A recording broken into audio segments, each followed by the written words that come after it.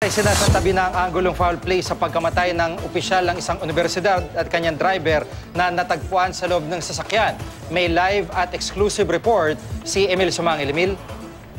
Magandang hapon, Jiggy. Sa impormasyong ating nakalap mula sa Homicide Division ng Manila Police District, atake sa puso na nag-ugat sa suffocation makanang makalanghap ng nakasusulasok na amoy ng kemikal ang itinuturog dahilan ng pagkamatay ng dalawang lalaking natagpuan sa loob ng isang nakaparadang sports utility vehicle sa isang gasolinahan sa Maynila.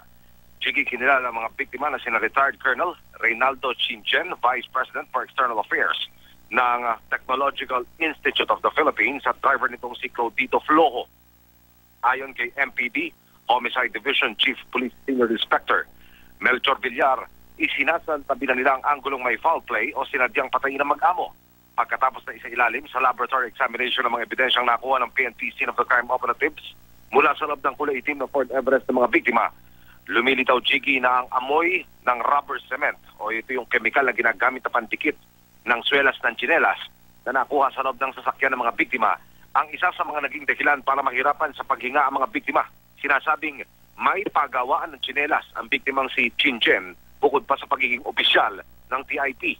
Bukod sa chemical element na ito, Jiggy, na-recover din ng mga pulis ang ilang pagkain at personal na kagamitan ng mga biktima. Ibig sabihin, ayon sa MPD, intact ang pera at alakad sa loob ng sasakyan, kaya isinantabi na rin nilang may robbery sa kasong ito. Wala rin nakita ng anumang sugat o galos sa katawan ng mga biktima. Lumalabas din sa investigasyon ng MPD Homicide Division na may chronic hypertension ng mga biktima. Ibig sabihin daw nito ay matagal na silang may problema sa kalusugan. Jiggy. At Emilio, exposure nila dito sa binabanggit na kemikal ng mga investigador, may ilang oras ba silang talagang, kumbaga, nalalanghap nila itong kemikal na ito? Walang CCTV camera sa gasolinahan kung saan nadiskubre yung SUV, kung saan nakita yung kanilang mga bangkay. Pero ayon mismo sa statement ay binigay ng kahero at ng mga gasoline boy ng istasyon ng gasolinahan kung saan sila nakita alas 12 ng tanghali umarada itong kulay itim na Ford Everest.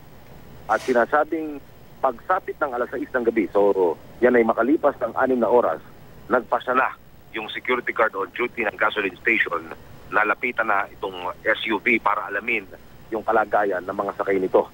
At lumalabas ka sa investigasyon ng Manila Police District Homicide Division na humigit kumulang 6 na oras na exposed sa amoy ng kemikal ng rubber cement ang mga biktima.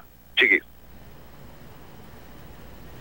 At yun nga, yung binabanggit ng MPD, sarado na yung kaso dahil ibang anggulo maliban dito sa rubber cement exposure na ito yung kanila ikinamatay.